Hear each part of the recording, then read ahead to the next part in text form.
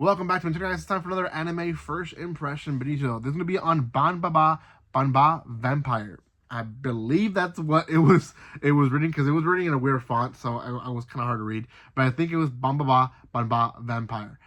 It is a Netflix series. It is the second Netflix series releasing on Netflix this season. There's only two new ones. That one and Sakamoto Days, and then they're releasing, I believe, My Happy Marriage as well. So as far as I know, those are the only animes that are releasing episode by episode. They might release more series. Obviously, they do that once in a while here and there, but these are the ones that are releasing episode by episode. This one is purely subbed in comparison to Sakamoto, where it's dubbed and subbed. This was only subbed. So if you're looking for a dub, this is not for you. This is only sub for now. But it's for some people for sure. It is a vampire series, and I remember on the live, I think Brittany said something about it being, oh, this is going to be a bad series, something like that. Wasn't really sure what she meant by that. Didn't want to get into it really too much, just because I like to jump into series without not knowing anything other than the cover and stuff like that. And this one definitely is an alright series. I'll explain why. If you haven't done so by now, though, please do subscribe to my channel and give some love by commenting, liking, and sharing. Thank you so much for the recent love that I've been receiving here on this channel. Continue commenting and subscribing and liking. I do appreciate all that support. I will continue posting more videos for first impressions and then go into my regular anime, manga, light novel reviews that I do occasionally here for you guys. So, okay. Baban Baban Vampire is a series that follows a vampire who was taken in by a family years ago, a decade ago almost, not almost, for sure, because he says it a few times in the episode. And he basically works in the bathhouse for almost nothing, and in return he lives and eats with the family. Like, he's basically a member of the family, and I think they even rent him a room or something like that. So he pretty much has it going really well. The problem is his intentions. So we get the background story slowly throughout the episode, but I'll just put it all at once here. Essentially, he is a old vampire, 150 years old vampire, and he had a master. And this is like at the end of the episode, but he explains about his master, and essentially his master knew that he was a vampire, and he gave like the house, like we see like the whole house burning. It's old Japan, and his master gave up his life for him. We don't know why, we don't know how, but we know at the end of the episode that he there is a struggle to kill the one that he may love, right? And he says that he loved his master, and while he was sucking him dry, it hurt, right? Because not because it tastes bad, but because it was his master.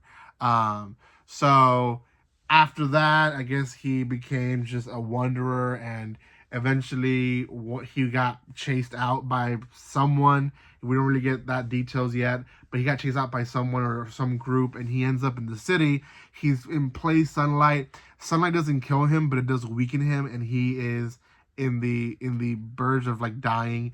And this little boy ends up helping him, and he finds purity in him because no one would have done that. So he definitely sees purity in this boy, and because of that, he decides to stay with him. Now, his full intention is to let the boy grow up as a virgin until he's 18 years old, and then kill him and eat him. Like, that is his plan. He's not friendly to him because of any other reason, because other than he sees him as food. So it's a little sad, but at the same time, like, well, he's a vampire, so what can you expect? So, anyways, that's what's going on there.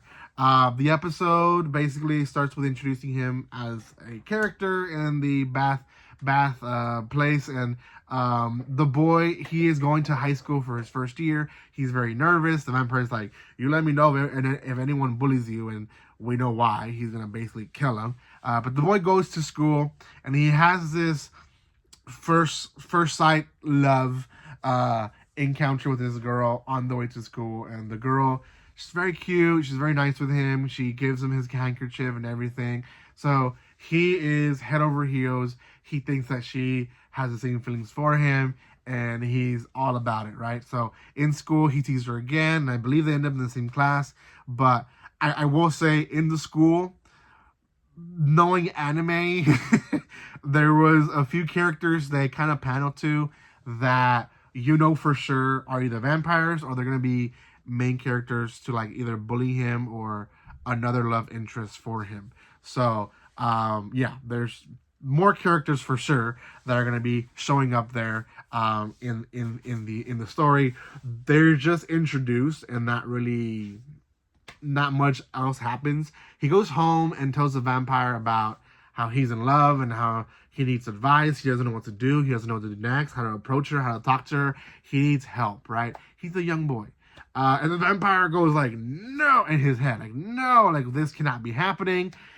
I am raising him to be a virgin. Like, I need him to stay pure so that when he is my meal, he's pure and he's the best thing that I can have. So he sets his goal to essentially destroy any chances for him to be with the girl. So in the bathhouse while they're working or relaxing, actually, he tells the dad and the grandfather while the boy's there, and the boy has this whole like, oh, why did you tell everyone?